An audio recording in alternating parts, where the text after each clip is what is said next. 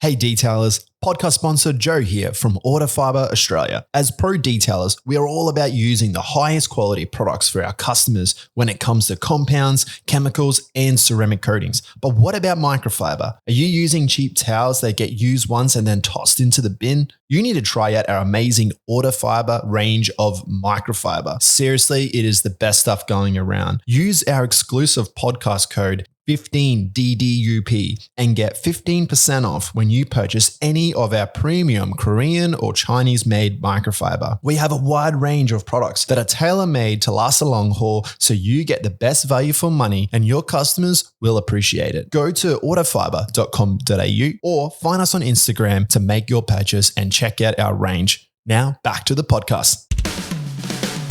Welcome to the Detailing Down Under podcast, the place for everything auto detailing in Australia right now. Here's your host, Dale Guthrie.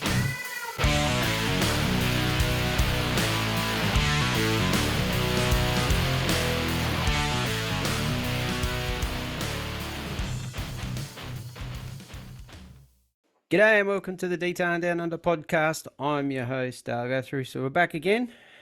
Hope everyone's doing well and staying busy as usual. So yeah, we're back for another good one this episode too. It's I'll get into that shortly, but we'll start off with what's been happening. So I shout out to everyone that went to Maddie Gibb and Bill Baker's detail training the weekend just gone. Unfortunately, I couldn't make it. I was heading to Adelaide and I was a little bit late, so I wasn't able to meet anyone that was there. But yeah, heard it was pretty good, and I think maybe watch this space. There could be another one happening. So, but yeah, we'll keep an eye out for that one. No doubt, once I know, I'll let you all know. So yeah, it's a good thing that the boys are doing. So hopefully everyone enjoyed it and got something out of it. So other than that, we've got our mates from Top Notch Auto Care. So car care. So they're got a grand opening on the 13th of April at 1 p.m. So they're in Kingsgrove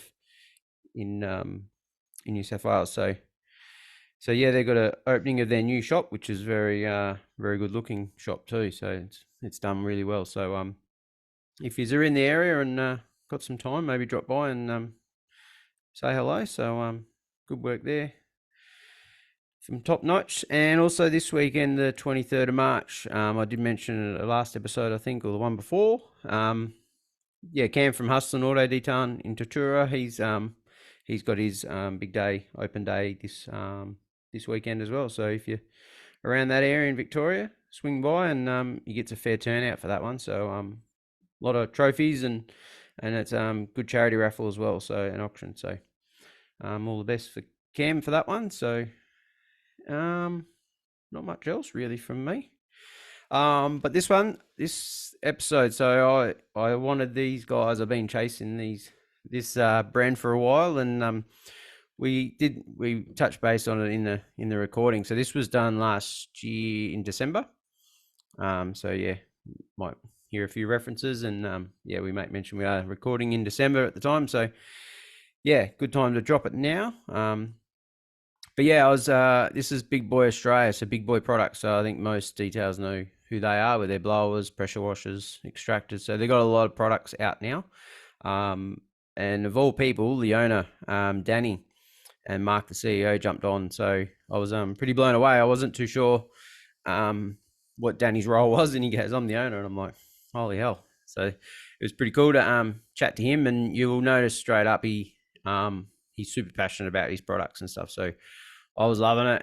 He can talk, and yeah, it's a really good chat. So talks a little bit about all the new products. So because we touched base a while back about it, they didn't have a lot of the products out at the time, and they were releasing them to what we've got now. So it was good timing now to get them on and talk about everything. So they go into quite detail and into their products, and even just the issues that people have and how probably to address them in a more probably respectful manner. He talks a bit about that as well. So rather than bash them up online, if you got any issues with the machines or products, talk to them direct. So that's always a good way rather than build companies up online is not good. So, but yeah, it's a good chat, and yeah, it was pretty cool to have them on, and good Australian brand, Aussie brand. It's good, and doing big things international as well. So that was another good reason to get them on there. Starting to hit America. They've been out there for a bit, but yeah, he talks a lot more in detail about that also. Really good one. I was stoked to get this one done, and the sort of brands and stuff I want to get on here and talk about their products more, which is really good. So if you know of any and want to know a bit more, we'll see what we can do. And yeah, not everyone will probably want to chat to me, but yeah, no, it's cool. All right. Enough from me. So we'll rip into today's episode. So let's welcome Danny and Mark from BigBoi Australia. Good afternoon, guys. How you going? Great, Dale. Thanks, mate. Thanks for having us. No, awesome. Thanks for making the time. So for those listening, playing at home, this is December 23, and yeah, this you're hearing it now. So it was great for the guys to catch up before Christmas and the crazy week that it is and make time. And I always say that there is a few products I had in mind at the start, being an Aussie branded product. You boys were at near the top of the list, and we've been chasing for a little bit, so it's been good to finally get you on. Yeah, awesome. Thank you. No, pleasure to be on. And it's great to hear that you're a big boy enthusiast as well, mate. We love it. We are. I have been for ages, and yeah, the blower's still going strong. So, no, it does what it does, and it's an awesome blower. It gets an absolute hammering. So Excellent. so Danny, you're the owner of the brand, yeah? Yep, that's right. Yep. And we've got Mark, the CEO. So it's pretty cool to have you both on today. I'm a bit blown away. So, how did BigBoi start, and what was the idea behind it? So I actually started it in 2016. It was I did have a previous business that was sports related, so sort of self-employed in that category. I was moving on from that particular business, and always been a car enthusiast. So the love of cars was always there, even from a young age.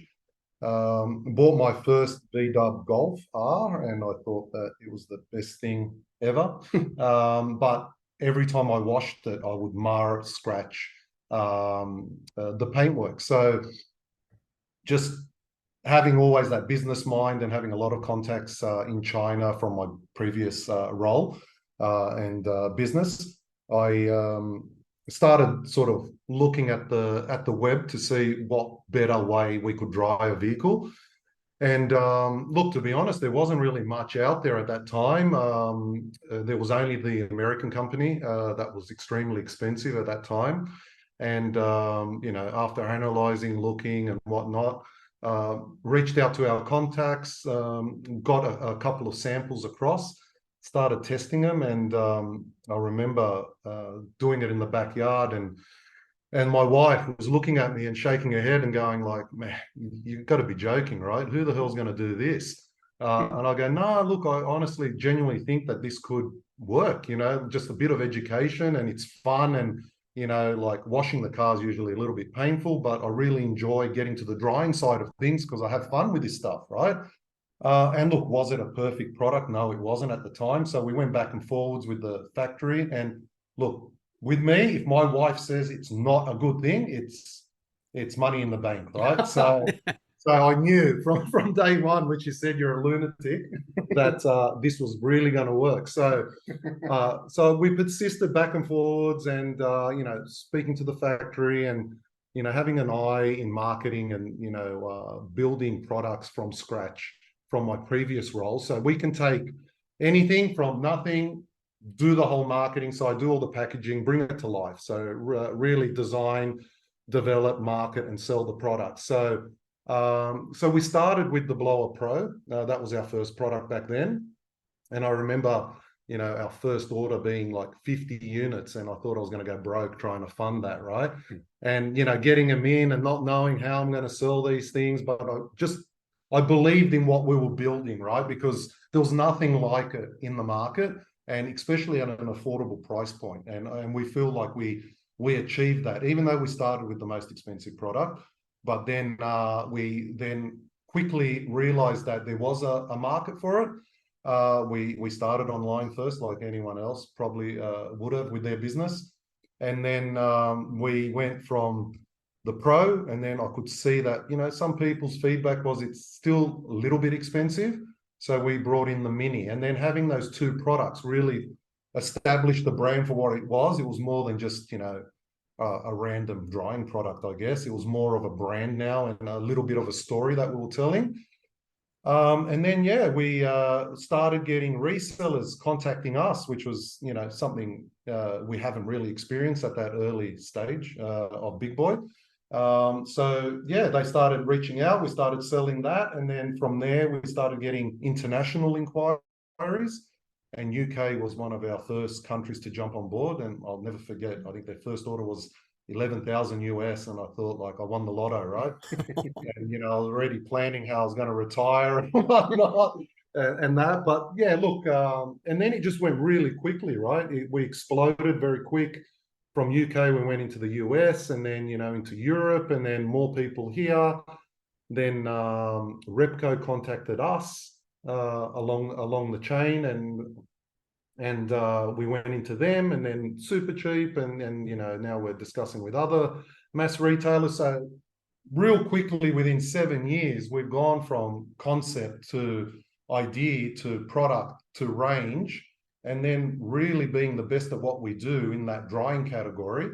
And then again, we moved into the pressure washers, only because the ones that were out there, not that they weren't good. There's a lot of good brands out there, and we're not going to rubbish any brand, but I really couldn't find something that was an out-of-the-box solution for us. So yes, you can buy, you know, some of the top-end brands, but then you go to pick and match and do this and that, and, you know, like I said, you know, watch YouTube and see what orifices we need and what's going to be the best pressure and blah, blah, blah. But we deal with all like, we're in 30 countries and probably more now globally. So we deal with a lot of these top-end distributors and resellers in the world. So, and, you know, they have a very strong network of top-end professional detailers that, you know, they deal with on a daily basis. So we get all this feedback back from them when we try to move into new categories. And then we do a list of, you know, what everyone wants. And then we go sit down with the factory. And that's how we started into the pressure washer category. We couldn't find something out of one box solution. So we started with the Flow. And again, my wife said, stick to what you know, stick with dryers, don't go into pressure washers. So I knew we were on a winner again, right? So we went down that path, and now, you know, probably 3-4 years later, I can genuinely say, and, you know, we're going to have critics out there, and we're going to have, you know, the big boy haters that are going to say, no, it's not. But I can genuinely say that out of one box, if you pull out the Pro and everything that you get for that price, there is not a pressure washer in the market today, even after a year and a bit that it's been in the market, that will outperform that product. 100%. We can say that with confidence because we've developed it and we know what's out there. And you're going to get people saying that this brand has this and that, but it's not a all-in-one solution. You got to go out and you got to start mixing and matching stuff, and that's what we do, right? So we you know, we've gone into the vacuum cleaner category, and quickly that product's been one of our best sellers, right? And it's not because it you know, it's a vacuum, it just sucks up dirt, but we've thought of everything that you would need in one box to sort of just tick all those boxes for someone. So you know, are there, you know, more professional units out there? Of course there are, but that's not our target audience, and we will slowly probably create that complete range. But we always try to create something that we know will be for an enthusiast or a professional detailer at a good value for money solution. So that's where we're with added features. Yeah, of course. Well, that's what we do, right? And accessories. We add a lot of accessories into our products as well. So a lot of people don't realize that, you know, you've got detail specific accessories made for that. And, you know, and then you get people that don't really understand vacuum cleaners on social media trying to tell us that, you know, this cheaper unit is better, but they're using a 1 meter hose and it sucks harder, but we've got 5 meters. So, you know, it's an educational thing. Some people don't get it. Some people do get it. But when you compare apples with apples, we know we can outperform anything because we do all those testings. We make and we push the factories to get the best out of that product. It's not a off-the-shelf product with a Big Boy label on it. We don't do that. We've never done that. Maybe on some sort of small items that you can't really develop any better, fair enough. But even with our foam cannons, we redeveloped the larger mouth with the bigger bottle very early in the stage. Other people were still using the small ones. Now everyone uses the big mouth openings. So always we try to better the range as we develop it. So just be innovators, be ahead of it. Yeah, and you're going to get people that copy, and that's fine. You know what I mean? There's room for everyone in the marketplace. We don't hate upon anyone. If we can make the detailing category better and the user experience better, that's what we'll do, right? So and we always have. Yeah. It'll draw more people into it anyway. Yeah. So that's where it all started. That's where we're sort of at. Maybe I've babbled on a little bit too much, and I'll let you say something. But look, you can probably hear from us. We're very passionate. So when we've never done this, so it's a first for us with you or any podcast. So I hope people can sort of see that we're passionate about what we do, and we always will try and deliver the best we can. Is there a perfect product, Dale, in the world of electronics or even detailing? There isn't. You're always going to have a small percentage of failure rate. And then when people compare you to a competitor and say, oh, their product is better, your one failed, but your return rate is this or that.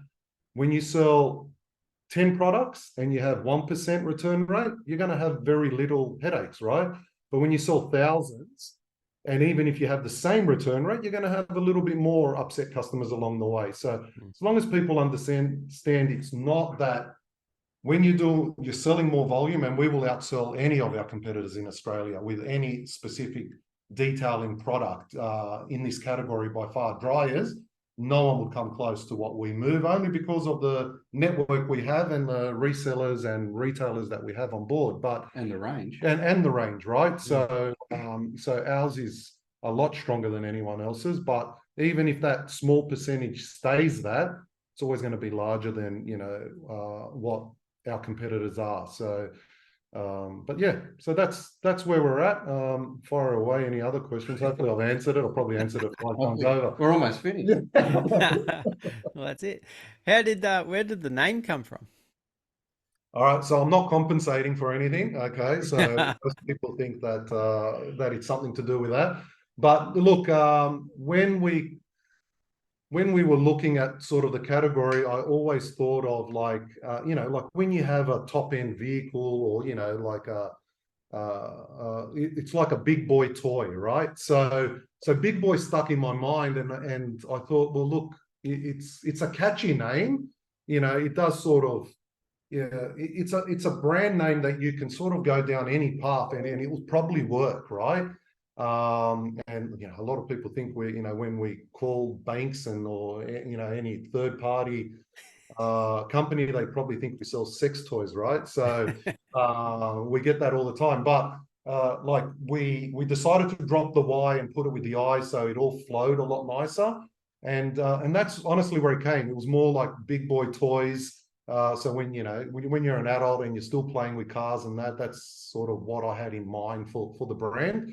And then we wanted to make, and let's be honest, like our products or the category products, they're usually very boring and dull products. So when you give something a vibrant name, it had to come across with the actual attitude with that. So we brought in a bright color. We went with a matte finish. So we tried to modernize it as best as we could. So we could show people that it's not a boring product. It's innovative, it's youthful, it's something that you should be proud of using. And look, I can say with confidence that we're probably the most photographed product on social. Most people that, if you look on social media or Insta and that, you'll see the Big Boy product on there. So I think we hit the nail on the head with that one for sure. And we're known for the color palette, right? So everything we try to bring out, even though it's not as easy, it's very easy to bring out just a black boring product and it can work well, right? But then your marketing's twice as hard. So I think our product really helps the brand grow because it's not boring to the eye. It's very appealing to even people that don't really get it. They look at it and then they sort of start wondering what it is, and they dive deeper in it, and then they go, oh, that's cool. Like, I want to be seen using that, and that's what's worked. And then the product on top of that works, you know, better than they expected, I guess, because it's new to them. And then we've seen a lot of ongoing customers expanding in the range. So they'll start with the dryer, and then, you know, we've got I'm sure he's at least 70 years old. One of our loyal customers, he's got every one of our product. So he bought the Pro, he's bought every single one. Anything that we've brought out, he doesn't need it, but he buys it because he just loves to be associated with it. And, you know, he's a local Sydney guy, and I've got a good relationship with him, and I drop off products to him and we help him use it and that, because he doesn't need it, but he just wants to be part of that family. And that's what I think we've created worldwide, which is good. And it's something we're proud of, I guess. You see it everywhere, but, you know, Dale, really, when we went to SEMA this year for the first time as an exhibitor, you could really see that. It was an amazing response. We were pulling in people from everywhere. Our stand really looked awesome. It stood out. It just caught everybody's eye, and we had so many people coming in. But we had a lot of key people coming in. It wasn't just tire kickers. Like, people would see and go, yeah, wow, I want to be a part of this. And even just from a SEMA a few weeks ago, we're tacking on about another 8 to 10 countries that we're going to be in coming weeks. Some of them have already started, but and then in North America, putting on a bunch more distributors and resellers as well. Just people seeing the value and the added benefit of having a partnership with BigBoi. So it's awesome. The growth for us for next year, even in North America, even forget about anybody else, it's going to be off the Richter. So it's exciting times. Yeah, it's been good because I've had Todd from Esoteric on here, and he's big fans of you guys. Yeah. Well, look, they were the second to jump on board. So they had a good relationship with the owners of Ultimate Finish, which is our UK distributor. And they put us on to the US, Todd, and we had the pleasure of meeting them at one of their shows that they sort of put on probably now a good 3-4 years ago. But they've been there from day one, and they're still with us. So even though we've moved in direct in the US, Esoteric have been a big part of BigBoi and the journey, and they've helped us a lot along the way. And look, a lot of people, even up to date, because Todd does such a good job in sort of educating people online and on that platform and social media, they genuinely thought that Todd was the owner of BigBoi all those years. And every time they always thought we were an American brand. So we started putting designed in Australia on the boxes, because people didn't know that we were this, small company in Australia or in Sydney, just trying to take on the world, I guess. And these guys were sort of helping us do that. But what we've realized in America, it's just a different beast, right? And anyone that goes there, you can't do that with like Esoteric's done an extremely great job to date, and our relationship is ongoing with them. But we've just gone in to help them try to really grow the market, because even on a financial standpoint, to try and tackle America the way that we know we can, and the overwhelming response we had from SEMA, like it's a different beast in itself. So even though we're killing it in Australia and in other countries of the world, to do America, we need to sort of grow the team to do that, and to support our current guys there. So next year with Esoteric and us direct, and a lot of our marketing and advertising through Facebook and socials, we're going to really take on that American market head on. And I genuinely feel that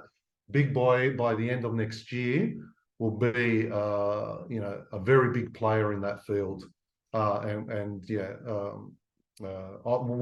We know what we've got coming. And they got a bit of a snippet through that in the US, and well, they're all excited. Yeah, they're all excited. And look, Dale, it's not easy, right? People think a pressure washer is the same here, there. It's totally different motor, different power, different requirements, different certification. Like a lot of things people don't realize. You can buy something on AliExpress. You don't need to be a genius to do that, right? And a lot of people do because, they might not have the budget and, they just want something to just get the job done, right? And they do that and it's all good, but trying to compare us to something like that, we take offense to it because they don't really understand what really goes behind bringing that product to life. So in Australia, we're the only company that their products are certified for our category. So what that means is we need to have our products certified because the mass retailers need that certification, because at the end of the day, they don't want to be liable if something goes wrong, right? And it's fair enough, and everyone does that. But the people that aren't in there, in our actual category, the dryers I'm talking about, you don't need certification. It's not a requirement in Australia to have it. So they're not doing anything wrong.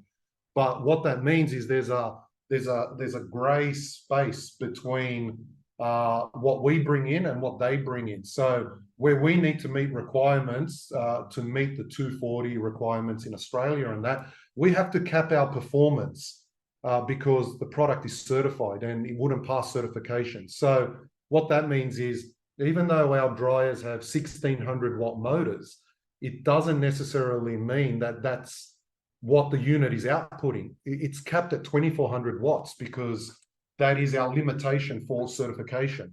Our competitors could maybe slightly up that because they don't need to follow those rules, right? So you might perform slightly better, but that means that you're going to blow your circuit breakers. It's not safe. You could burn things out, and there's other things that may do that. That's why we've introduced our 15 amp units, so you can get that full power out of those motors. But a lot of people don't understand that, and they try to. The Americans have done this, so I blame the Americans, right? They've educated the consumer on that the dryers are run by horsepower. And it's not. It's in our category, because our product's certified, it's all run by watts. So when you do your conversions, our competitors out there say that there's 8 horsepower units.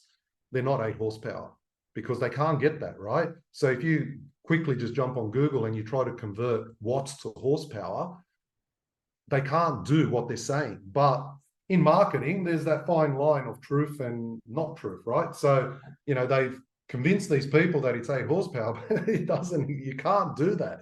But then when you try to educate these people, they get upset because, unfortunately, we come across like we know everything, but it's our job to know that, right? And they take offense when you try to correct someone on these social pages that's not right. And, we're only bad-mouthing it because it's our competitor. No, because we know what we do, because that's our job to know that, right? So, these are car dryers. We don't go to Eastern Creek to race them, right? So horsepower isn't relevant. You don't need to worry about that. It's moving water off a panel, and that's all it needs to do. And we do have requirements that we need to meet as a brand to have the safest product in the market, because we deliver it on a mass volume, right? So if someone wants to compare apples with apple, compare our 15 amp unit to anything else in the market, it'll outperform it, because genuinely it's pushing out more power out of it, right? So our other units have to comply to what the retailer wants, and that's why maybe our hose is longer again, theirs is a bit shorter. So there's a lot of things that, but look, like I said, there's always room for everyone as long as the category is growing. We're happy that we've got people. Look, having competition is good, right? It keeps you on your toes, and it keeps us ahead of our game, and we always innovate. And you can see by the evolution of our range that we always come first to the market with something, right? It's very rare that, yes, we haven't developed a pressure washer as such. It's always been there, but we've made it specifically for detailing, and we're the first to do that, right? Anyone else hasn't done that as yet out of a one box solution. So that's Yeah, no, and I will, like you say, there's no secret that it is Australian design and they're made in China. So there's no secret around that either. So yeah, look, a lot of people, and I can say this with confidence because we know a lot of the factories, right? So, one of the competitors in the drying space, we've had meetings with them a couple of times now. They've approached us 2 times to make our product, but we don't make it. It's not that they're a bad company they're probably bigger than any other company out there, right, in that space, but they don't specialize in what we do, right? So they're a pet drying manufacturer, and that's their core business, and that's what they're the best at doing. By all means, that's great. But we don't work with someone like that because they don't really care too much about our business, our detailing business. So when we want to innovate something in that, if it doesn't flow onto the pet industry, they don't want to know about it, right? So we quickly said, look, thank you for the opportunity, and you guys can we're making them for all the other brands, because there's no secret that they make it for multiple brands, because they're all the same, just different color and a different logo, right? They haven't innovated anything. It's just exactly what it is. They don't hide it. They just put a different sticker on it, make a different color, and they'll sell it as in our category. That's fine.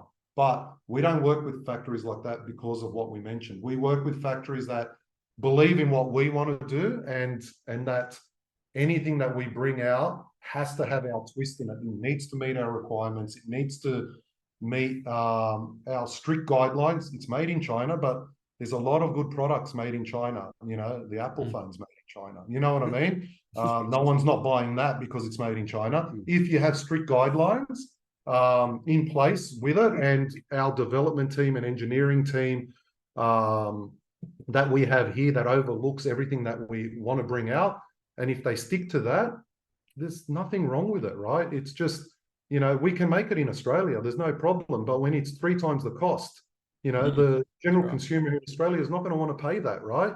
So then they're going to say that we're a rip-off, we're too expensive. So there's a fine line. So at the end of the day, even some German-made products, not everything, just because it's assembled there, doesn't mean it's made there, right? So there's a lot of those fine lines that a lot of these end consumers don't know. You can get majority of your parts coming from China, and if you assemble it in Germany or anywhere in Europe, you can put that it's made in that country, right? So there's a lot of sort of grey areas, I guess. Marketing guys can twist and manipulate, but look, we don't hide it. It's made in China. There's nothing wrong with that. All our factories have strict guidelines, and like I said, there's no perfect product. You're going to have a failure rate, but as the business has grown, I used to do tech support. I used to do all the repairs. I did everything as much as I could in the early stage. And, did we upset some customers along the way? I would say we did, because I used to deal with it, right? And I copped the abuse and on social media that, our service wasn't the best and this and that. But it was because we went from a small business to an international business to a mass retailer business, all within a few years, and even faster in some cases. So we exploded, and it was teething problems, right? Growing pains. So it was like, I can do everything, and then quickly realizing that, no, we can't. And, we don't want to upset our customers. And it's funny, we still see it, and it shouldn't be funny, but I see it as funny, because we still get people on social media that say that our service is bad from 4 years ago, because they had that real bad experience during the time that we're growing. And like I said, I'll be the first to put my hand up. Someone rang and they needed to speak to accounts, it was Danny. And if they wanted to speak to sales, it was Danny. And if they wanted to speak to tech support, it was maybe Daniel, right? And then maybe I threw another name here and there just to make it sound better. But at the end of the day, it was just, we were overwhelmed. We were growing faster than we ever anticipated, and finding the right team is very hard, not just in Australia, but even globally, right? So, but during that time, we've expanded, and we've got even some new exciting news for our service and repair in 2024, because again, we've grown even more so that we need to keep up with the demand of keeping our customers happy. And like I said, Mark's been put on to look after the sales side of things moving forward, but we also understand that the service side is as important. So at the end of the day, when we sell a product and if it hasn't delivered what we know it can, we need to resolve the issue as fast as possible and as painless as possible. But at the end of the day, we're always going to be very strict. If we know that the customers misuse the product, or if they've broken it, we're not your I don't even want to mention the company, but we're not the actual the mass retailer that deals with DUI customers, with gardening tools and whatnot. You're not going to walk in there and just swap it over, 3 years later, and then go on social media and say, oh yeah, these guys are bananas. Oh, I broke it, but I swapped it over. They're a bunch of idiots, and then keep going. We know what can go wrong with our unit, and we know if you've misused it. And like I said, there's times we've got to put our hand up and we just honor and we replace the unit or whatever. But we'll have service agents that know, how to deal with these situations and try to replace it for genuine customers if that problem ever comes up. But yeah, the team's grown is what I'm trying to get at. And our after-sale service, I can genuinely say, like Susie upstairs that looks after all the customers, she goes above and beyond to try and help anyone that rings. So we know that, for the last two, 3 years that that back end side of the thing, we've definitely improved, and it's a lot better than what's out there. I can say that with confidence, right? And it'll be better again next year. Yeah, and we've even implementing more changes to even make that seamless as possible. You got to remember, Dale, at the end of the day, when a product fails, even if it's the best product in the world or not, the customer's always going to be upset. So you're already, your back's up against the wall and you're going to try and diffuse the situation. And look, at the end of the day, we've got to try and make that as easy as possible. But I can rest, people listening to this, in 2024, we've got some exciting news in regards to that service side of things that's going to make it a lot easier. And that's only because our volume again has increased so much that our current platform that we're using is just not going to sustain that, right? So we have to, as we grow, we have to grow. And then these are the things that we'll implement in America and everywhere else moving forward. So it's the exciting times. Yeah, because I was going to say, like, even we have polishers that fail, and I know we all harp on about the repairs ones, and they have a service sort of workshop to fix them. Like most products can fail, and they need to be serviced. So, or just general service. I'll be honest. And if we break down our range, anything to deal with water, and all the big brands will deal with this because we deal with those service agents. They deal with all the other brands, so it's not like we're oblivious to what's happening out there. And like I said, our network throughout the globe tells us exactly the same thing: is anything to do with water is a recipe for disaster. So that's why we brought in the deionizer range, not because yes, someone done it. Of course, it's been done, but no one has done it out of a one-box solution. Like, you got to be a chemist to try and piece together what's out there in the market, right? And it looks horrible, and it's not something I would have in my garage or in the back of the van. So I knew that we could do it better, and I think we've done a great job. And if you look at our ultimate garage setup, nothing looks like that. Even with the big brands all around the world, when one brand isn't doing that solution, it's always going to look matched, right? So, in America, you've got, very expensive brands that sit on a shelf on a wall, and then they use a different reel, and then they use a different deionized water. And then you got to go to, your Home Depot or your Bunnings, and, you got to become, a third-year apprentice in plumbing to put it all together and all this crazy stuff, right?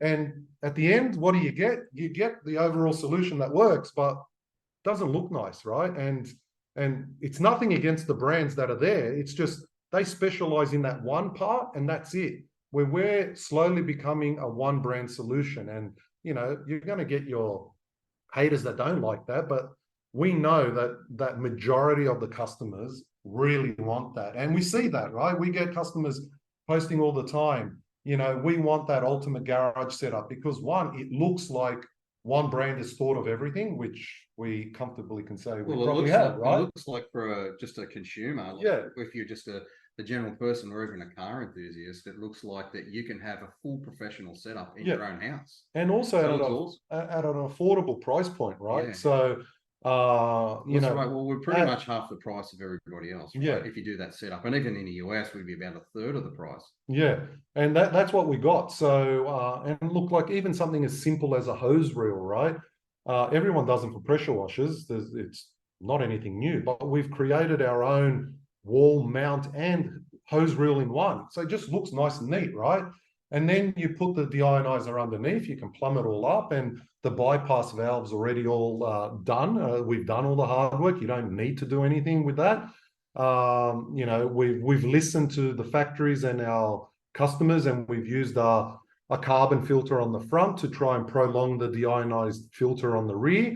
So we've done all this stuff that people might not believe that we do, right? But we've done that, and now we've got a new hose reel that will be available for the blower, because no one's done that, right?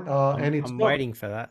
yeah, and it's not like it's something that we shouldn't have thought of, but you know, like I'll be honest with you, it's a 20,000 US mold investment, right? So it's not someone's going to say, "Oh, I'll go buy that on Alibaba." Good luck, go find it. You know, Yeah. someone might rip it, good on them, but at the end of the day, we've invested. That's our mold, and because it doesn't exist, and you know, it specifically locks in to our hose connections. And we have to make sure that it works exactly how we want it. But they're all the things that people don't realize as a brand.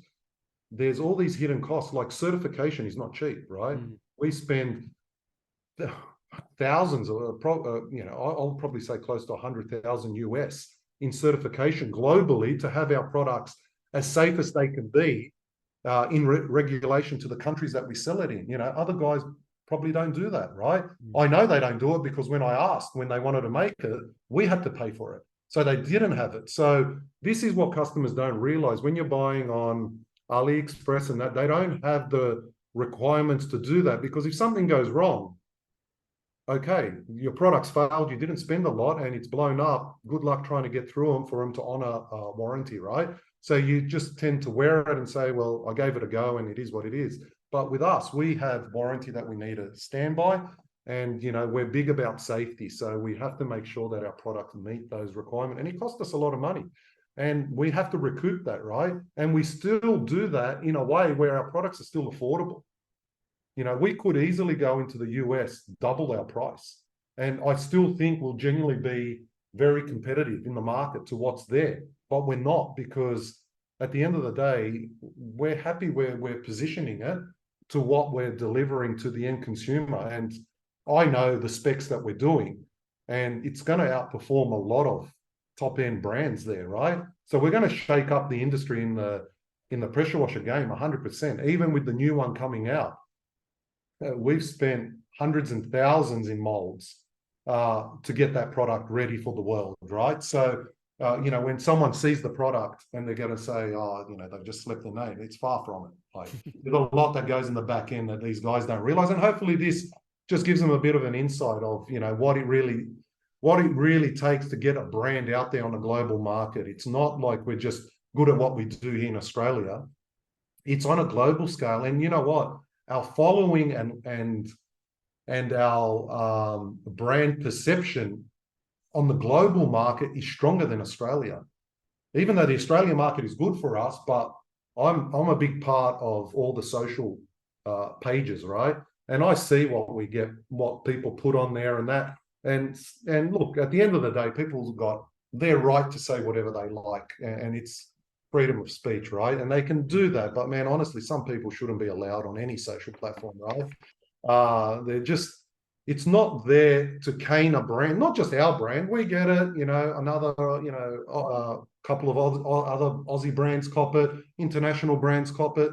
You know, there's always going to be that guy that, you know, we haven't ticked all the boxes for. And you know what? Some of these guys, and I won't say the guy's name, but when we did the YouTube video through one of the YouTubers in the US, and he did a bit of a spiel about us, and he was excited about us, Josh, and he's going to review all our products when we're ready to launch them in the next month, right? But this guy jumps on, and he's from Australia, and he absolutely caned the living shit out of us, right? But I could see, because on YouTube, you got to use either a name or an email or something, right? And he kept harping on. And like I said, it's about, some of these customers that something bad happened to them, 2-3 years ago, right? And I'm thinking, why is this guy so upset? And he's really trying to hurt us as a brand. It wasn't really anymore just about the product. It was personal, right? And I typed in his name and I read through everything that he said. And what he was saying didn't make any sense. Like we didn't want to help him. And our guys go above and beyond to try, right? So, but because he saw that a new platform that he could cane us, and this American guy's like, he's not filtering anything and he's leaving everyone's genuine opinion on there, right? And I'm like, man, I'm going to check his email in our service department. And he genuinely had a fault, but he was saying that we didn't want to help him and that we told him that he had to pay to get it back and he only had it for less than 10 days and blah, blah, blah. And it was a Blower Pro Plus at the time. And I could see our last communication with him, it was over this time. It was over our Christmas break when we were closed. So the poor guy received his unit the day that we went away on holidays, and his unit's adjustable knob stopped working. So he could still use it, but it didn't perform in the way that he wanted. And he was ringing and he was emailing, and unfortunately we were closed, right? During that period. But our team still emailed him and sent him a return slip. So on the first day that we came back, and he never contacted us from that day onwards. And everything that he said on the social media platform on YouTube was absolutely false. And when we caught him out and we said, mate, we've got your email trail. Would you like us to put it on here to show that you're misleading? Never replied. And then we sent that actual email to the YouTuber and then he removed the comment. So look, at the end of the day, these platforms are there. You can voice your opinion, but don't lie and make things up and throw hate on a brand. And we don't just cop it. Other brands cop it worse than we cop it. But at the end of the day, we'll always try our best to help. And there are going to be times that, we're not going to see eye to eye. It's just what it is, right? But at the end, there's only so much we can do as a brand. And sometimes consumers need to take the responsibility and put their hand up and say, okay, well, you guys did try, it didn't work. It is what it is. We'll move on, but you don't have to rubbish us continually for the rest of your life, right?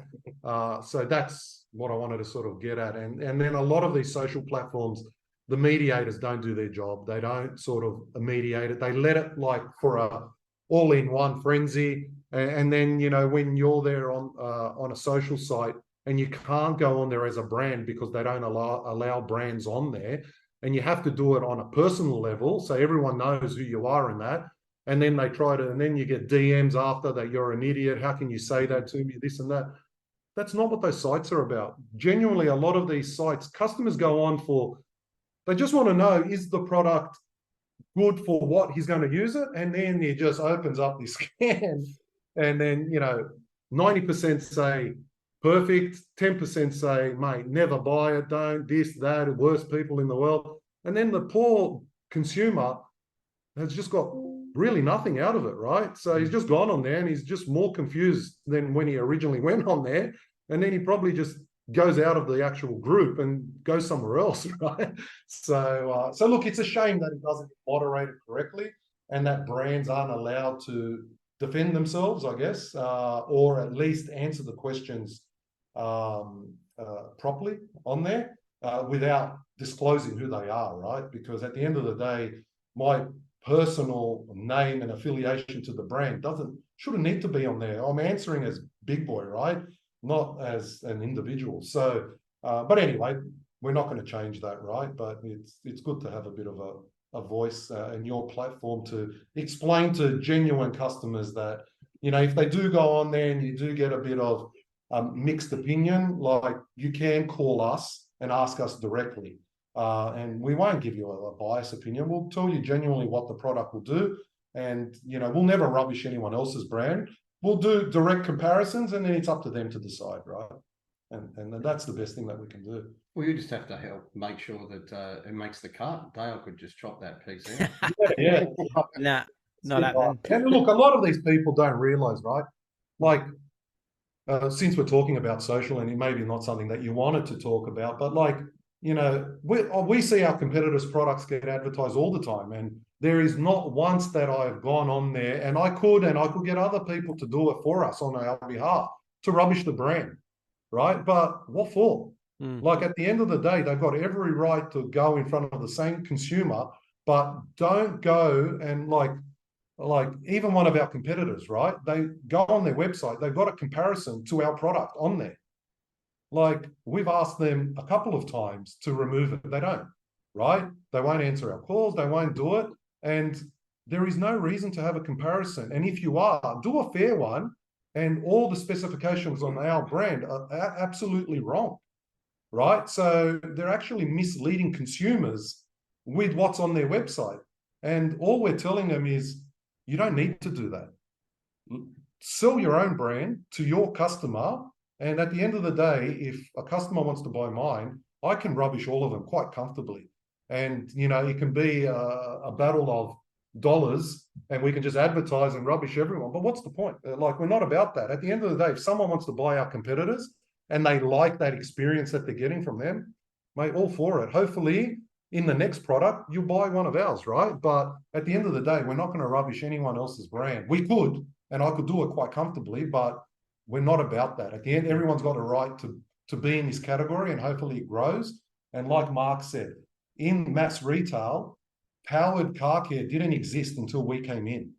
And now all these guys are selling that category, and you'll see over the next couple of years, car care will become what headphones became in Harvey Norman, Good Guys, and all that. When Beats came in, and that, you know, headphones were just a normal accessory, right? Then Beats came in and modernized it and made it cool and funky and gave it to all these celebrities, right? And JB did that the best. They moved into that category. They invested a lot into it. They created that user experience in the stores, and they were the best at doing that. And that category went through the roof. And I think we can comfortably say at that time, that was the most valuable category in their space, right? In that whole business model. So car care is quickly becoming that. So whoever does detailing correctly first is going to be that JB Hi-Fi, right? And we're not saying we're Beats, right? I wish we were in many ways, but we are an innovative solution, and we are a brand that has guided these retailers in that category, right? And hopefully the user experience, you know, in 2024 and 25, with the help of us and potentially our competitors and, you know, other brands, and that will grow that category to something that's going to give that end consumer that better experience when he's washing his car. Because let's be honest, washing a car no one wakes up on a Sunday and says, mate, I can't wait to wash my car, right? But a lot of big boy customers do, because you know, they can get away from the wife or the kids or their partner, and it's their own time to just sort of, you know, release all their stresses and that, and, you know, make their pride and joy look better, or, you know, cleaner, or, you know, clean it in the safest possible environment and enjoy while they're doing that, right? And then, you know, they do a little snippet video and they put it online. And that's why we always share our customers' videos and that, not because we have to. It's good for us, but it's good for them, right? And we share it because we like seeing that, you know, customers are excited and, you know, happy using our products. So that's what social media should be used for, is what I'm trying to get at. Not caning brands. It should be about a platform of education, 100%, but also, you know, that user experience and what we're trying to do for that category. That's what it should be used for. Yep. And it's pretty disappointing, because I think Aussie should be supporting Aussies and be proud of, there is an actual product company here in Australia that's actually producing what they are, and we can get it straight away. And I'll be honest with you, and it's disappointing as an Aussie, because I'm Australian, right? Even though we've got a bit of an ethnic background. And if it was a Croatian podcast, I'll probably say I'm Croatian, right? But yeah, like, I'm born here, so I'm Australian, right? But we've got an ethnic background. But What we do here is we try to develop and we try to, create jobs in Australia and whatnot. And our full chemical range that you may not be aware of is coming out, is Australian made, right? I've seen that. Yep. Yeah, so it is made here in Australia. We will export it throughout the world, and we'll take on the big brands that are made in, the US and in Europe and whatnot in 2024. But what did I want to end up saying? But we get caned more from our Australian social media customers, even if they're not customers, just people in general, more so than anywhere in the world. And I don't understand, they don't even have experience with us, right? Because we can see by their names and whatnot, and you try to have a look, and sometimes we reach out and say, hey man, we saw your post, what's the hate for? Is there something that we've done? They don't reply or whatever. So, are they keyboard warriors? We don't know, right? But so much so here than anywhere else in the world, which is a little bit disappointing, but at the end of the day, it's not in reflection to our sales. So as a business, it doesn't hurt us as a brand in dollar value, but on a personal level, because we live and breathe our brand, it sort of does hurt a little bit because we don't understand why it's happening so much so in Australia than anywhere else. But what they don't realize is it can be filtered, right? So at the end of the day, we just, put the keywords in there, and, sometimes we have a laugh at what they post and then it just gets hidden anyway. So it's just a waste of time. But at the end of the day, what I wanted to get at is on social, our competitors advertise and other people and that. And I know that the product's not good, or, it's had a bad rap and that. I could easily post on there, negative things, but what for?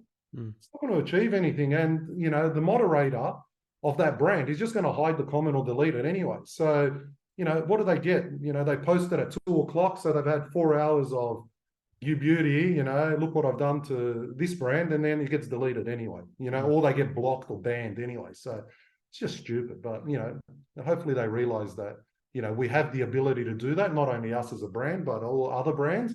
It's just pointless, man. You know what I mean? Use social media to just buy your products, look at videos, give your good feedback. And if there's genuine issues that you've had with any brand, call up the brand. And even if it's Australian or anywhere else in the world, they're going to help you out, man, because that's what it's all about, right? Customer service. So we do that. So. Well, that's the key. It doesn't matter what brand you're talking about, because if you're nice about it, most companies will help you straight away, right? But if you get on the phone or whatever and start hammering someone straight away, then you're at the back of the pile. Yeah. It's a bit of the tall poppy syndrome for Australia, unfortunately, I think. So yeah, look, I don't know. It's strange. Like I said, it's a little bit disappointing, but look, we've been in the game long enough that we can sort of not brush it away, but we learn from it. And look, there's some genuine, you get genuine feedback out of someone's negative feedback. So it all depends how you look at it. We always look at it and go, okay, well, this guy's genuinely upset about this. How can we better it, right? And we always have these brainstorming activities, with our team here, sometimes, in other countries because they see it differently. And we always try and better it. Are we the perfect company? I don't think anything like that exists, but we'll always try damn hard to be that. And hopefully that, translates in what the brand's about. But at the end of the day, we can't keep everyone happy. Customers don't, we get our customers and we love all of them, right? Regardless if they like us or not, but they don't read the manual. There's a tag on the product. They don't read it before they use it. They blow it up and then it's our fault.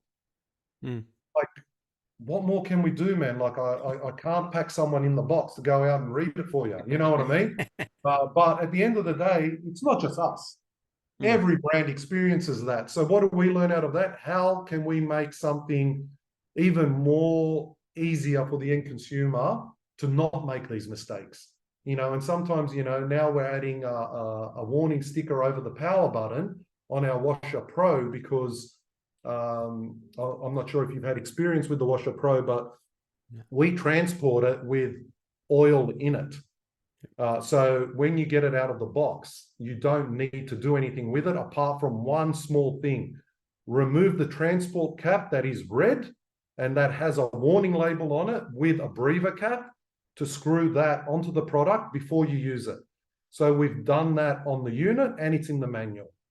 9 out of 10 customers that have a problem with our Washer Pro still use it with the transport cap on it. So what's happening is the unit is overpressurizing, can't release the pressure, and he's created too much heat inside the unit, and he's now starting to melt the plunger's seals. Oh, wow. Right? Because it's not designed to run at that temperature or that pressure. And then it's doing all these weird and wonderful things. But every time we get them to take a photo of the unit, we see, or when they come back, and it's not every customer, a lot of them don't do it, right? But every nearly 9 out of 10 that come back that have a problem, it's that. They haven't done that. And, we've just recently had a good customer of ours that has come back a couple of times with a similar problem. But the first time when he brought it in, he had the transport cap. We thought he put that on there because he brought it in himself and he didn't want to spill the oil. But this time he's brought it back, and I've asked him the question. I go, is this how you use it? And he goes, yeah, why? And I said, well, the issue is your transport cap. And he goes, well, I never received the warning label on it. I said, did you get the manual? And he goes, yes. I said, it's in there. And now he's upset at us because he's got a $1,000 unit that he's actually blown up. We can't even repair it. We tried to repair it for him. We feel bad, and he's upset with us, and I'm never going to buy BigBoi again. But what do you do in that situation? So we've spoken to the factory, and we're trying to see what we can do for him above and beyond. But really, as a brand, there's not much more we could do. So now we've done another sticker over the power button that all our new pressure washers from 2024 will have, that warns them to do it.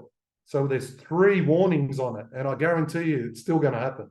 But, what more can you do, right? Yeah. So it's a serviceable product. We're hoping that they read the manual. We hope that they read the warning. We've got guys that don't change the oil, overheats, they need to change the oil. There's a lot of things anyway, but overall, we try to make it as easy as possible to use our products and have the user experience as best as possible, is what I was trying to get at. So with your so I want to talk about your wall mount with your deionizer. Will they come as a kit, or they already do? So you can sort of have everything plumbed in.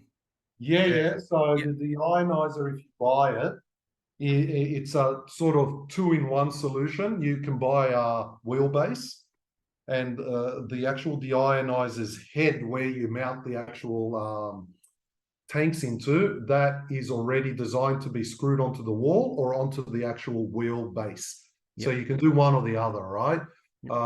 But the way we've designed it, the only thing that you will need to do, and we can add this later, but the only reason we didn't is you will need a hose to go from the deionizer to the pressure washer. So because everyone's garage is different, we don't know what size length hose we should put in. So we didn't provide that secondary hose that goes from the deionizer to the pressure washer. And we've had a few customers use, normal garden hoses, but they're green, they're yellow, they're, pink, purple, blue, and it doesn't look nice. So maybe in our next production run, not this one now, the next one, or we will have it as an accessory. We might just do a normal garden hose, but in black, that they can buy, and then they can cut to the right size and then use it. Or if the cost isn't too much, because we don't want to overinflate the price of the product. We feel like, one. We've set it at a good price point at the moment in comparison to what's in the market. So we'll talk to the factories and we'll see, but that's the only thing that you will probably need to buy to plumb it up 100%, right? Yeah, because I actually have a certain deionizer system from overseas that I had to buy because literally there was none here. There was others selling the little cans or drums of water you plug your hose into, comes out the other side, and it's sort of very portable. But I've got a wall mount one, and that come from America. Yeah, and spotless. Spotless one. Yeah. So it'd be interesting to see the difference. Mine only got 2, but you got a 3 set here, which would be pretty Yeah, so interesting. look, we obviously, with any new product that we bring out, we need to evaluate what's in the market, right? And look, in America, everyone uses them, right? Hopefully soon we'll tap into their sort of customer base, as in like the market that's there, and some people will buy ours. Look, the difference, man, at the end of the day, it's You got a carbon deionizing filter, water, right? So Mm. there's only so much we can innovate that category. But what we are doing different to them, and we're not saying that their system isn't as good as ours. We could have copied and done like for like, because it's very easy to do, right? But what we did when we tested our deionizers, we saw that having the composite carbon filter at the front prolonged the life of the deionized cartridge, and you got more out of it. So that's why we've gone with a 2 and 3 stage. So our 3 stage, even though we've called it 2 and 1, is because we've got 2 deionized cartridges, and on the other one we've got 1. So we just, I don't know, we've confused people, but that wasn't the case. That wasn't the reason for it. But what we noticed is that that first filter is taking a lot of the debris out of the water, a lot of the stuff that would clog up and use your DI resin. And then when it's hitting the first or the second DI filter, it's almost pretty much clean. So we got more runtime out of it. Is their resin better than ours? Does their resin come from America? Does it come from China? Who's going to know? We don't know. All I know is when we did our tests, we were happy with our results. In Australia, the water level is totally different. Everywhere, WA is horrendous. Here in Sydney, we're okay. Melbourne is a little bit better. SA, certain areas is horrible. So it's all going to be subject to what is coming through, to what you're going to get. And some customers might get a very shorter experience out of it, and there's not much we can do about that, right? But it's not saying that ours is any less effective than someone else's. It's all going to be very similar, but we're giving you the best, I feel, the best possible solution, all-in-one solution, out of one box. And that, again, looks a little bit nicer. Like the generic color is blue, right? Because they relate it to water. And we could have done it, but it doesn't fit in within our brand theme. So, we had to spend extra to make it black, and, to add a bit of lime to it, to, get the digital meter in our color and, rebrand that and make that work with the in and outs. So there's a lot of stuff that we do, again, that isn't just out of the box. And you got to remember, when you're dealing with these factories, and sometimes the first time, you have a bit of a language barrier, and they don't really understand what we're trying to do, and you're going to try. So for you guys to understand, it took us over a year and a half to bring out the deionizer from start to finish. And you wouldn't think that filtering water was that complicated, right? But just getting the factory to understand, and they're not a car manufacturing a car detailing factory, because that doesn't exist in China or anywhere, right? Even Spotless, that wouldn't have been their core business. It would have been normal filtering water for houses, and then someone's done what we've done, right? So, but getting them to understand what we're wanting, and how much water we're using during a rinse cycle and all that, they have no idea. We know that for us, with our pressure washers, we use roughly 15 litres, right, on a rinse cycle. So that's what we do our calculations based off. And then what do you base it off? Everyone's water level is different. So let us base it on 100, because it's an even number that everyone can relate to. So even though our numbers will say you can do 160, doesn't mean that that's what you're going to get, right? Yeah. That's on the best case scenario, that your test environment is exactly what we've tested on. It's never going to be that. So will you get less? Will you get more? Possible. But at the end of the day, your experience is going to be very easy. You just need to turn one dial, and it works with our pressure washer. There's no fluctuation. You're going to get the right flow rate out of it, because we've tested it, right? and that resin is going to do its job. And when it doesn't, you can buy more from us, right? Or you can go buy other resin. It's okay. We're not pigeonholing everyone that they need to do it, but our solution is there for them, right? And, you know, you've got your one and that's all good. But, you know, if you're going to have that big boy solution, it's going to stand out, right? And it's not going to complete that nice, appealing look because it's blue and it's different, right? So, but I think as people get to understand that they can get water purification for their car, because obviously everyone can get it in their houses, right? So it's a simple thing, in their fridges as well. It'll take off at some stage in a much bigger way, because not only is it giving you spotless cleaning on your car, but it's going to prolong the life of all your pressure washers. So everyone's pressure washer will prolong because you're not dragging all the filthy water. Yeah. And while you know, Sydney might have as an average 100, 150 parts per million of minerals going in, you, like Danny said, you can go to regional areas, South Australia, WA, whatever, and get up to like 500. And so you're just putting like rubbish through your pressure washer. It's going to spend $1,000 on it or more, depending on what brand you have, and you'd be replacing it pretty quickly. So Dale, with deionize, what we've seen just from the brief period that we've had, that detailers understand it, general consumers don't, right? So it's going to be and we've done this with our dryers, so it's not like it's foreign to us. It's an educational process. And again, we will be those educators here in Australia because no one's done it to date. We'll educate. Will someone come out and then ride on the bandwagon with us?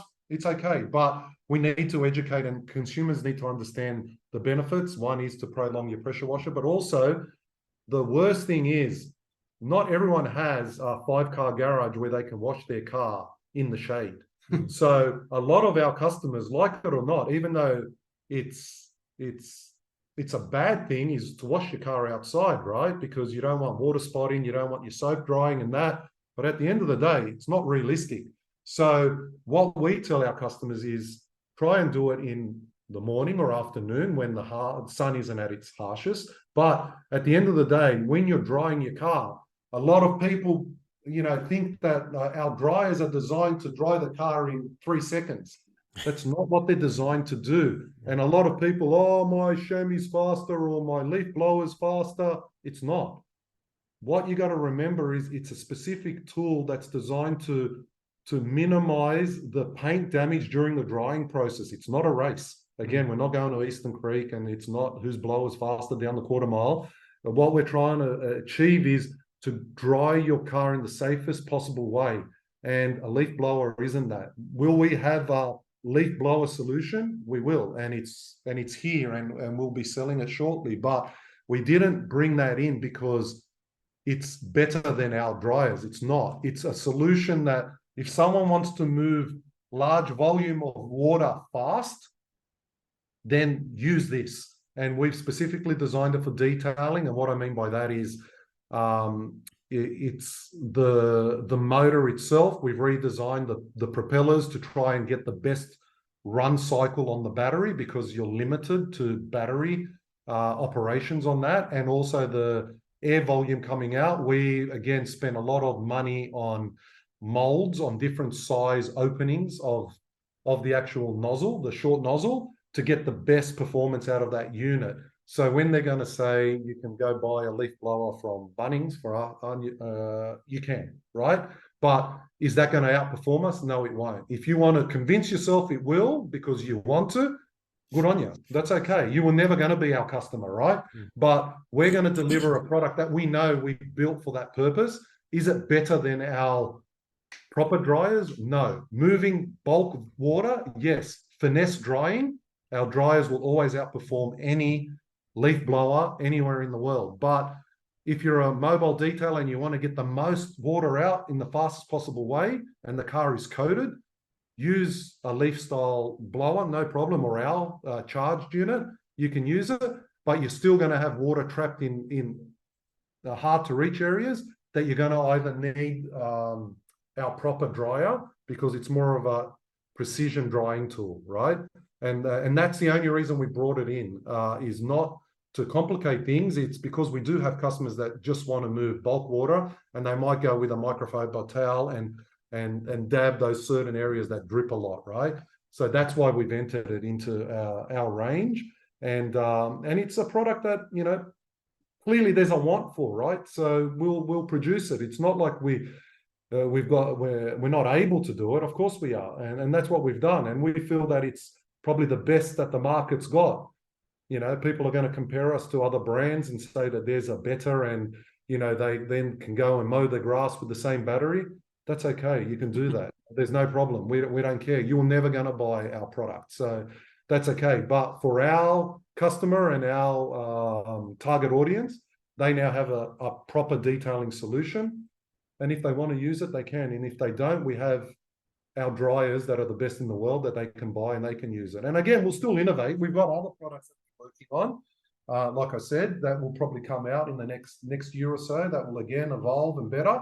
We'll always do that. But yeah, so that's where that drying is, and prolonging the product's life and that. But education is a big thing that we try to do, and is a big focus for BigBoi in 2024. Unfortunately, consumers will see my ugly mug on YouTube, and it's not because I want to be a YouTuber and say, you know, that I've got 1 million subscribers and that. It's not about that.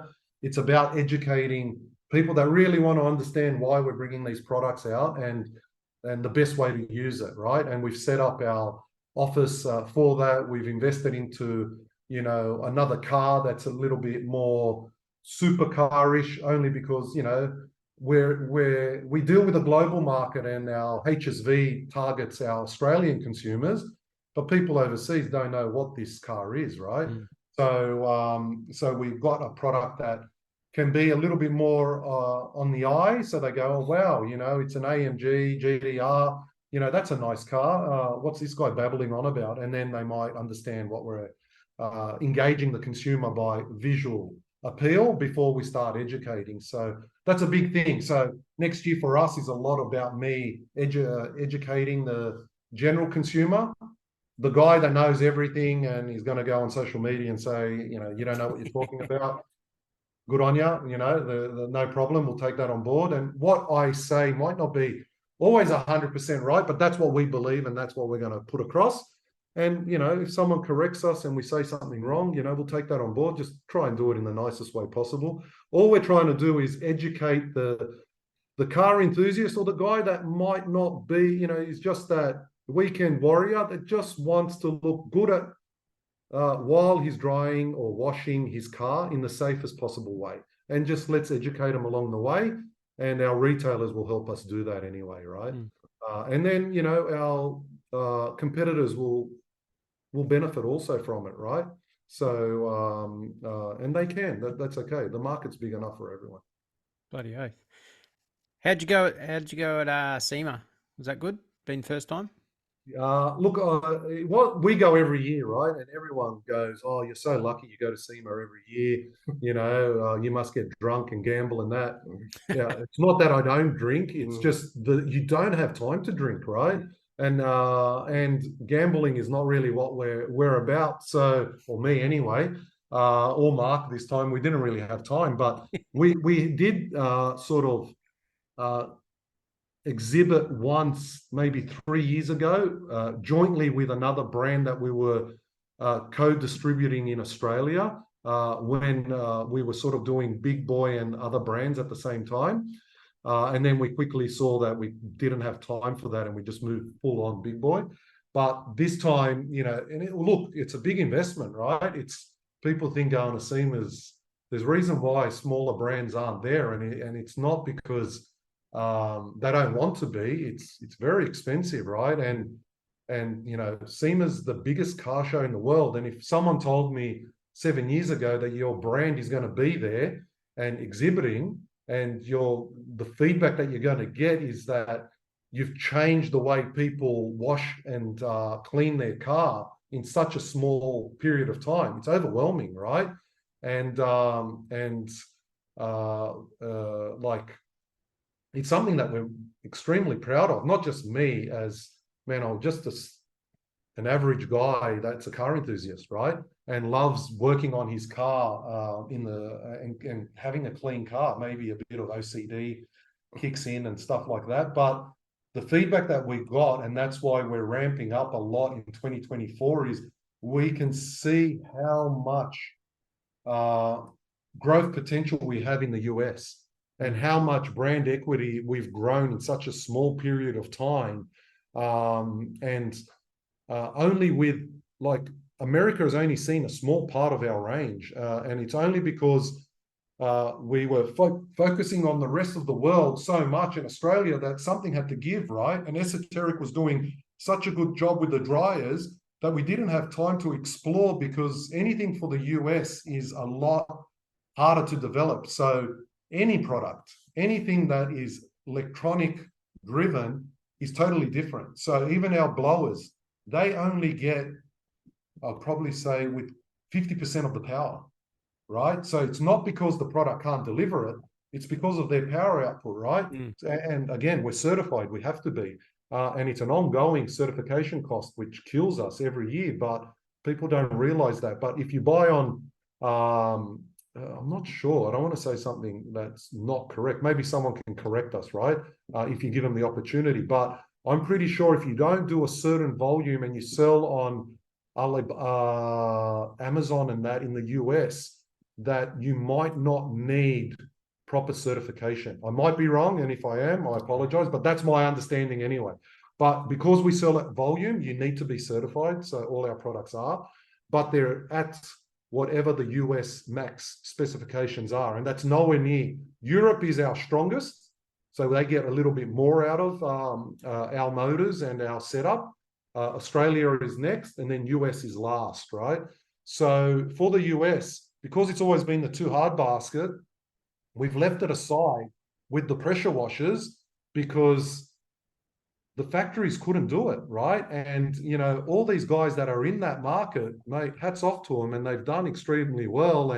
But if you have a look, and if you look at some of the guys that educate a lot of the people out there in the detailing world on YouTube and that, without dropping specific names, their PSI rating is like, they're happy with 1,000 PSI.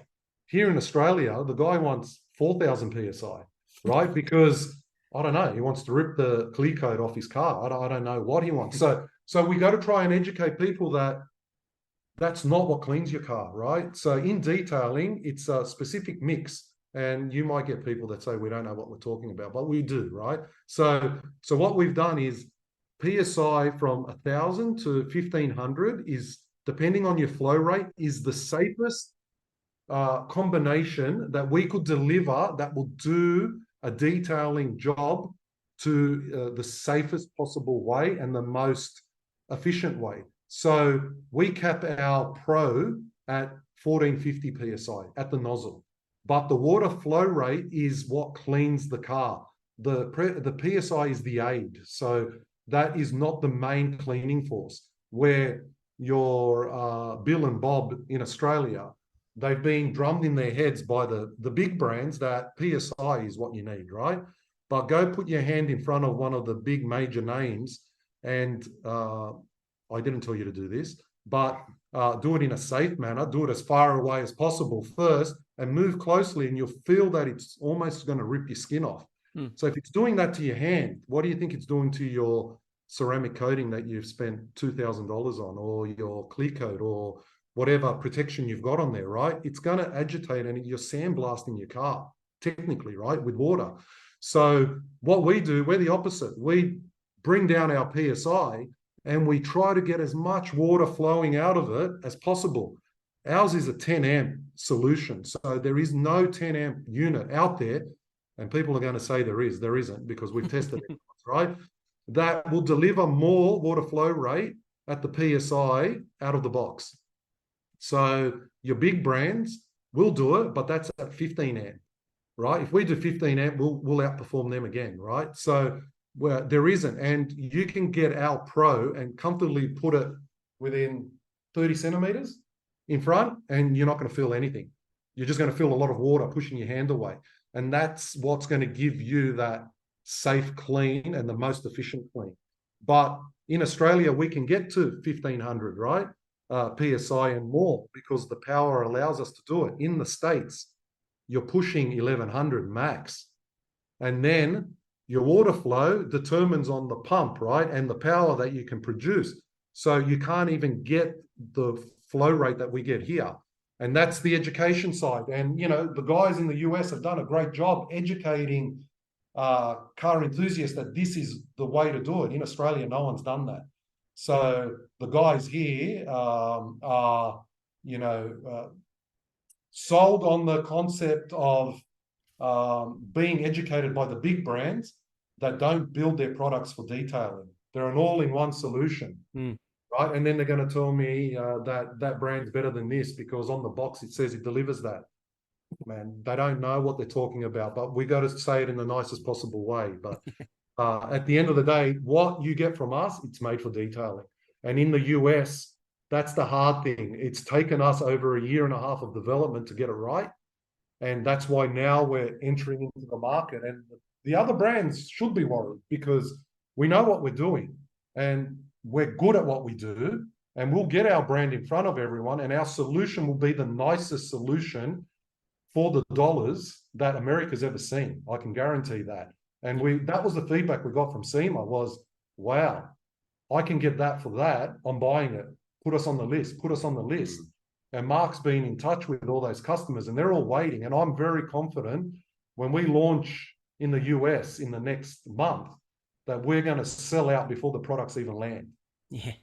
And that's why we're very confident. And what that's going to give us the ability to do is reinvest back into that marketplace and develop more exciting products because we know what works. And no other brand can do that. Even if they're there already, they've all tried. They don't do it. We're not specifically targeting any brand. We're all friends with all the brands. We know them all quite well. And we've got good relationships with a lot of brands that are in America and all over the world. But they don't do what we do. And we have the ability to keep growing our range. And anything that's electric, I'm very confident we can outperform anything that's out there within the range that we want to play in, right? Big brands have very expensive categories, right? And products. We don't want to go there because that's not us. We are that affordable solution that caters for car enthusiasts and top-end detailers, and that's where we play, right?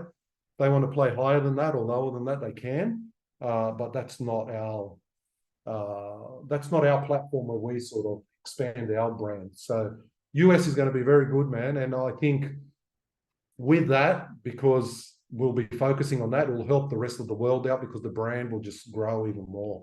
So, very exciting for us, man. And SEMA was a very good platform.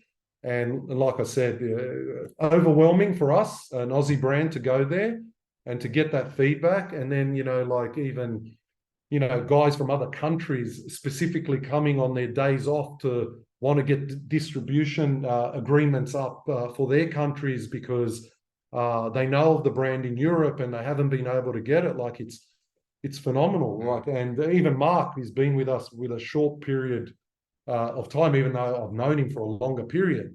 He hasn't seen such a liking for the brand on a global scale since he's been here. Like he's like, this is crazy. Like what you've done is unbelievable. Even in the success we had at SEMA, yeah. I've been in well over 100 expos and trade shows in multiple industries over the last 20, 30 years. And I'd have to say it was probably the most successful trade show that I've ever been involved with. So we had plenty of people coming to us from Europe, Central America, you know, outside of the standard North America we're talking about.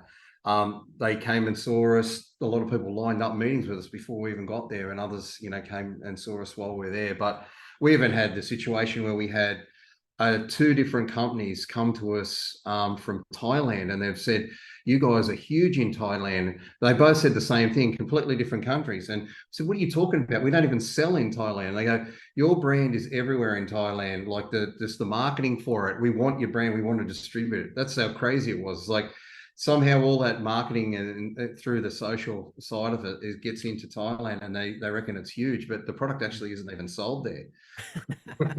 So they bring it in like parallel import. We don't know, but even Dale, we weren't even in the detailing hall. We specifically plonked I ourselves. remember that. Yep. Yeah, because we had the opportunity to be in the performance hall, and usually you don't get that opportunity, right? And we went in there, and it was still a success, and we weren't even in that hall that we were meant to be. So, so look, overwhelming. We've got it's created a lot more work for us.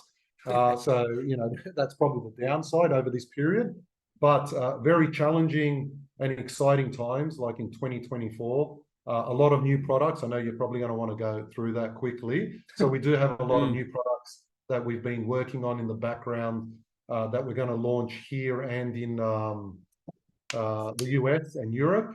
And then we're working on even more products that we probably won't talk about now because your podcast is going to turn into a mini series. It's all good. Nah, exciting times ahead. So Yeah. but yeah, You can tell that he's passionate. You can't keep him quiet, can't you? Yeah. no, I won't lose my voice today. Yeah. No, that's good. Well, Dale, what we're trying to achieve too now that we're at where we're at is that, and like we're saying at SEMA, well, actually just before SEMA, we launched that ultimate garage picture, which we set up in the warehouse here, and we sent it out, and we had responses from that globally, like from many countries, even countries we're not even selling into at the moment.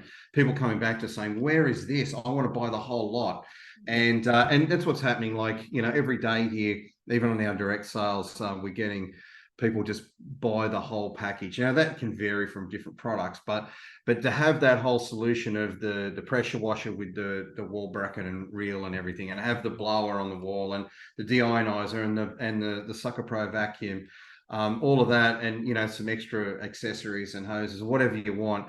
It can vary from 3K to 4.5K, right? But they're just happening. It's walking out the door in that sense. But so moving forward, but into next year, we've seen the response from global markets there. That looks so exciting. The brand looks great, all up on the wall. And we want to enhance that further, offer different things. So what we have right now in that ultimate garage is amazing, and no one globally has that. But we're moving forward now to actually increase that experience and make it, I guess, that even more premium in that sense. But everyone can pick their own solution. But we want to have that vacuum cleaner on the wall as well, and we want to have that whole solution where the blower, our top end blower at the moment is the Plus, the Pro Plus.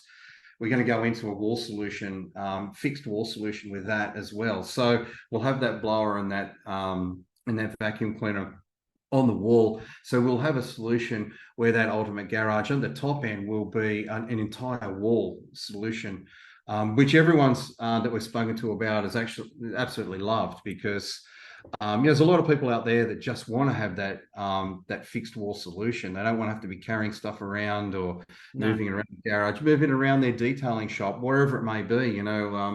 Even a lot of the storage, the car storage places these days, they've all got washing bays and all that. They're all buying BigBoi Ultimate solutions as well. Because it looks good for them too, and they can offer those up to their customers to sell as well. So that's exciting for them. And as we move forward with that, we have that push where we want to create that story in that sense. But then on a retail side, like our retailers here in Australia are really getting it, and they want to expand that story within their business as well. So that's fantastic. They're obviously not going to be at the same pace as what the detailing community is. But we've got more and more products coming out that will suit at all levels in a retail space as well. So I think BigBoi's got itself a name, and you speak to people and go, "Yeah, I've seen your stuff, I've seen it, blah blah blah." But they're going to see it far more next year, especially from mid next year onwards in Australian retail, automotive retail. There's some major expansions happening, so it's exciting for us, but also for the retailers, because they are able to give new just a real enhancement to their category within their business for that car care category, because that's what really BigBoi is doing.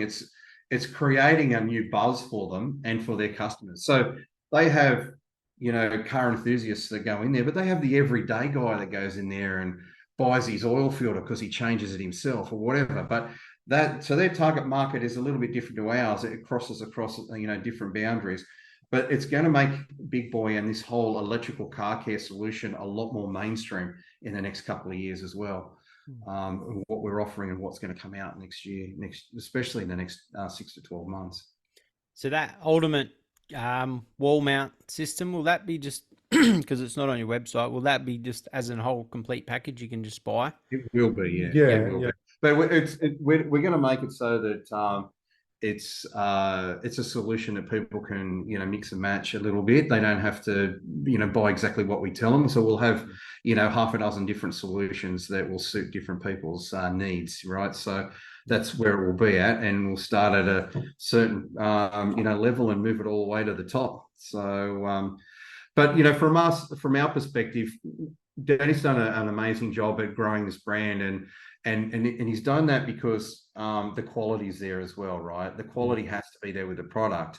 And so we sell far more of our higher end products these days than we do of our lower end stuff. Because people they're obviously seeing the reviews and the word of mouth and whatever else. And so they take that on board and just go straight to the top in most cases, not all cases, but it's so that for us too is very satisfying, because we know that people are parting with serious cash, and for them to go straight out, they've got solutions where they can buy cheaper, like with us or competitors, but a lot of the times they're going straight to our premium products because they just want the best. And at the end of the day too, look, I guess if you're a real car enthusiast, and even in let's forget the supercar space, let's just go to a forward driving area, and you're going out and you're buying a $100,000 to $150,000 vehicle. A lot of people these days are really speccing them up, right, and chucking another 50, 100K worth of gear on them. If they're spending that because they're obviously going to use them, they don't really have an issue spending a couple of grand on BigBoi gear, because it's going to get all dirty and messed up, right, when they go out and do whatever they're going to do, and they want the best stuff to clean it. And so we're offering that solution where they can have that awesome garage. It looks fantastic while they're cleaning the car at home, but also a portable solution. So if they do even want to if they're going away for a couple of weeks, they can take some of our products with them and actually use them away if that's what they want to do. Yeah, I think everyone loves it. We always harp on about cool looking studios, detailing studios on here, and I think everyone wants that setup and likes that. Yeah. Why wouldn't you, Dale? Hey? Absolutely. So, all right, we might wrap it up there. We've you've been quite thorough and generous with your time, so no problem. It's been a pleasure to have you on. So yeah, look out 2024. So can't wait. And a lot of our listeners are fans of you guys. I've seen their Insta photos with their new pressure washers and stuff when you release them. So it's pretty cool. So yeah, awesome, mate. It'd be great to catch up in 6 or 12 months' time and look back at even this conversation where we're at in that particular time. It'd be great, mate. Yeah, I think it'll go nuts with the whole wall mount system and having everything there in one place, like it has been missing in this country for a while. So you had to really go and look for it. We're looking forward to actually seeing at some stage down the track your BigBoi Ultimate Garage too, mate. There's room for it. Yeah. I'm just hanging out for that the blower reel. That will be done next month, and then hopefully, depending. Because we've got Chinese New Year, right, in February. Yeah. So the whole world sort of shuts down because of that. So if we can get it out before then we'll probably have it early Feb. If not, it'll be March. But it's pretty much in production at the moment. Everything's been done and we're looking forward to it too, because the one that we've got is just a prototype. And that's obviously just to get everything working and see how we want to play with stuff and that. Or get people excited. And get people excited. It's clearly done that. Yeah, it has done that, yeah. So, I know it's tiny and like people you think you get excited over a hose reel, but well, no one's done it again, right? Yeah. So, and look, we'll bring it out, and if someone else brings one out, it is what it is. But again, we'll be first to the market, and it'll just complete that solution, and it'll look really, really nice. And that's what we're doing. We're just trying to make a nice, neat, all-in-one brand solution that you can put on your wall. It all looks nice, uniformed, easy to use, and you can clean your car in an enjoyable, safe manner. And that's it. Maybe impress your mates. Yeah. Yeah. Oh man, they all love it. So can't wait, boys. So we'll look out. Thank you. Thanks for your time, man. Nice to meet you too. And hopefully we didn't chew off your ear, or at least someone did. Yeah. But yeah. Mark's and let used us to it. know, any feedback, or if you want us to jump on board with any other groups or other guys, and you want to talk more detailing stuff, happy to sort of support an Aussie podcasting legend. Legend. That is Dale. It's a bit early for that, but yeah, no, being Aussie and you guys are Aussie related brand, that's what this pod's all about. So Yeah. And look, we just want that category to just be, if we can all do something slightly better to make it a more enjoyable experience and category, that's good. Yeah. Like I said, there's room for everyone. Some people will do it better than others, and so, and that hopefully will be us. and we'll just keep going and growing it, man. And it'll be interesting to see in 2-3 years' time, how big we can get the brand itself. I think it's encouraging for other brands. You see it yourself, like as business owners, you see that when you look at other Australian brands, and it doesn't matter if it's in a different space, in a different industry, right? You see them growing around the globe, and you can see that a lot if you're connected in with LinkedIn, and it's actually great. You don't know them, but you just like, I even just jump on there sometimes and go, awesome, well done, congratulations, because they're just Aussie people out there trying to grow the brand, and it helps the Australian story, right? And it's awesome doing that. So I think that when people get behind that, it really does help those Australian companies as well. And all they need to do is throw in an encouraging word, right? I guess it's like when the athletes go to the Olympics, like they get a whole ton of mail that says, we love you, go for it, and they're representing Australia. In some ways, companies that are expanding their brand across the globe, they're representing Australia as well, right? So you want to put your best foot forward as well, and your best products, and do your best. Yeah, it's been awesome to see your journey so far, and can't wait for the rest. So very good. All right, buddy. Well, thank you. And we'll keep in touch. Yeah, take care, mate, and look forward to chatting to you in 2024. Absolutely. All right, we'll wrap it up. Mate. Thanks, guys. Cheers. Buddy. Bye. That was another episode of the Detailing Down Under podcast. Subscribe now for everything auto detailing in Australia.